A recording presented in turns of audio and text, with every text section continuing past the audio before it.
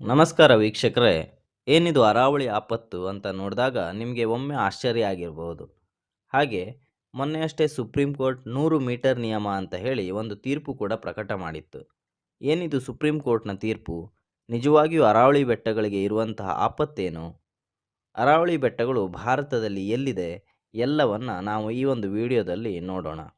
ಅದಕ್ಕೂ ಮುನ್ನ ಯಾರೆಲ್ಲ ಇನ್ನೂ ಕೂಡ ನಮ್ಮ ಚಾನೆಲನ್ನು ಸಬ್ಸ್ಕ್ರೈಬ್ ಮಾಡಿಲ್ಲ, ಎಲ್ಲರೂ ಕೂಡ ಸಬ್ಸ್ಕ್ರೈಬ್ ಮಾಡಿ ವಿಡಿಯೋನ ಸ್ಕಿಪ್ ಮಾಡದೆ ಕೊನೆವರೆಗೂ ನೋಡಿ ಅಂತ ಹೇಳ್ತಾ ವಿಡಿಯೋದಲ್ಲಿ ಮುಂದುವರಿಯೋಣ. ಅರಾವಳಿ ಬೆಟ್ಟಗಳನ್ನು ನಾವು ಸ್ಕೂಲ್ ಡೇಸಿಂದ ಕಲ್ತಿದ್ದೇವೆ. ಒಮ್ಮೆ ಅವುಗಳನ್ನು ರೀಕಾಲ್ ಮಾಡಿಕೊಂಡು ನೋಡೋದಾದರೆ, ಅರಾವಳಿ ಬೆಟ್ಟಗಳು ಗುಜರಾತ್ನಿಂದ ರಾಜಸ್ಥಾನ್, ಹರಿಯಾಣ ಹಾಗೆ ದೆಹಲಿಯವರೆಗೆ ಸುಮಾರು 670 ಕಿಲೋಮೀಟರ್ ದೂರ ಇರುವಂಥದ್ದು. ಇವು ಪ್ರಪಂಚದಲ್ಲಿಯೇ ಅತ್ಯಂತ ಪ್ರಾಚೀನ ಪರ್ವತ ಶ್ರೇಣಿಗಳು ಆಗಿದೆ. ಇಲ್ಲಿನ ಒಂದಿಷ್ಟು ಪ್ರಮುಖ ಬೆಟ್ಟಗಳಲ್ಲಿ ಮೌಂಟ್ ಅಬು ಮತ್ತು ಗುರುಶಿಖರ ಹಾಗೆ ರೈಸಿನ ಬೆಟ್ಟಗಳು ಕೂಡ ಇದ್ದಾವೆ. ಇವೆಲ್ಲವೂ ಈ ಒಂದು ಅರಾವಳಿ ಪರ್ವತ ಶ್ರೇಣಿಯ ಒಂದು ಭಾಗ ಆಗಿರುವಂಥದ್ದು. ಹಾಗೆ ಈ ಒಂದು ಶ್ರೇಣಿಯ ಒಂದಿಷ್ಟು ನದಿಗಳನ್ನು ನೋಡೋದಾದರೆ ಲೂನಿ ನದಿ, ಸಾಕಿ ನದಿ ಮತ್ತು ಸಬರ್ಮತಿ ನದಿ. ಅರಾವಳಿ ಪ್ರದೇಶ ಲೋಹ ಮತ್ತು ಖನಿಜಾಂಶಕ್ಕೆ ಪ್ರಸಿದ್ಧ ಆಗಿದ್ದು ನಮಗೆ ಗೊತ್ತಿರುವಂಥದ್ದು. ಹಾಗಿದ್ಮೇಲೆ ಇಲ್ಲಿ ಗಣಿಗಾರಿಕೆ ನಡೀತಾ ಇಲ್ವಾ? ಮೊದಲಿನಿಂದನೂ ನಡೀತಾನೆ ಇದೆ. ಮತ್ತು ಸುಪ್ರೀಂ ಕೋರ್ಟ್ ತೀರ್ಪಿನ ಹಿಂದೆ ಇರುವಂಥ ನಿಜವಾದ ವಿಷಯ ಏನು ಹಾಗಿದ್ರೆ? ಅಂದರೆ ಬೇರೆ ಬೇರೆ ರಾಜ್ಯಗಳಲ್ಲಿ ಈ ಒಂದು ಅರಾವಳಿ ಶ್ರೇಣಿಯ ಕುರಿತು ಇರುವಂತಹ ಗೊಂದಲನ ಬಗೆಹರಿಸೋದಾಗಿತ್ತು. ಮತ್ತು ಗಣಿಗಾರಿಕೆಗೆ ನಿಯಂತ್ರಣಕ್ಕೆ ಒಂದು ನಿಯಮ ಕೂಡ ರೂಪಿಸಬೇಕಿತ್ತು. ಹಾಗಾಗಿ ನೆಲಮಟ್ಟದಿಂದ ಕನಿಷ್ಠ 100 ಮೀಟರ್ ಎತ್ತರ ಇರುವಂತಹ ಪ್ರದೇಶ ಅಥವಾ ಬೆಟ್ಟಗಳಿಗೆ ಅರಾವಳಿ ಬೆಟ್ಟ ಅಂತ ಪರಿಗಣಿಸಬೇಕು.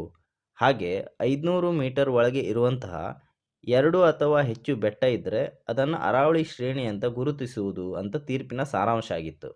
ಮತ್ತು ಗಣಿಗಾರಿಕೆಯ ಕುರಿತು ಒಂದಿಷ್ಟು ನಿಯಮಗಳನ್ನು ಕೂಡ ಈ ಸಮಯದಲ್ಲಿ ಜಾರಿ ಮಾಡಿತು.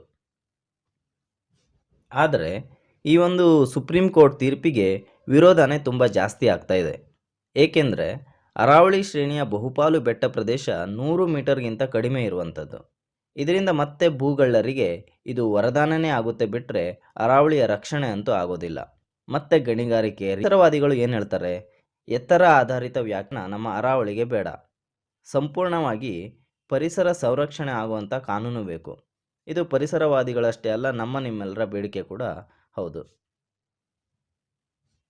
ಅರಾವಳಿ ಇದು ಕೇವಲ ಬೆಟ್ಟ ಅಲ್ಲ, ಇದು ಮರುಭೂಮೀಕರಣ ತಡೆಯುವಲ್ಲಿ ಅತಿದೊಡ್ಡ ಪಾತ್ರ ಅಂತ ಹೇಳ್ಬೋದು.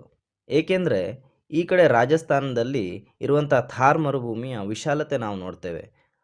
ಇದು ಪೂರ್ವದ ಕಡೆಗೆ ವಿಸ್ತರಿಸದಂತೆ ತಡೆಯುವಲ್ಲಿ ಈ ಒಂದು ಅರಾವಳಿ ಶ್ರೇಣಿಯು ಬಹುಮುಖ್ಯ ಪಾತ್ರವನ್ನು ವಹಿಸ್ತದೆ.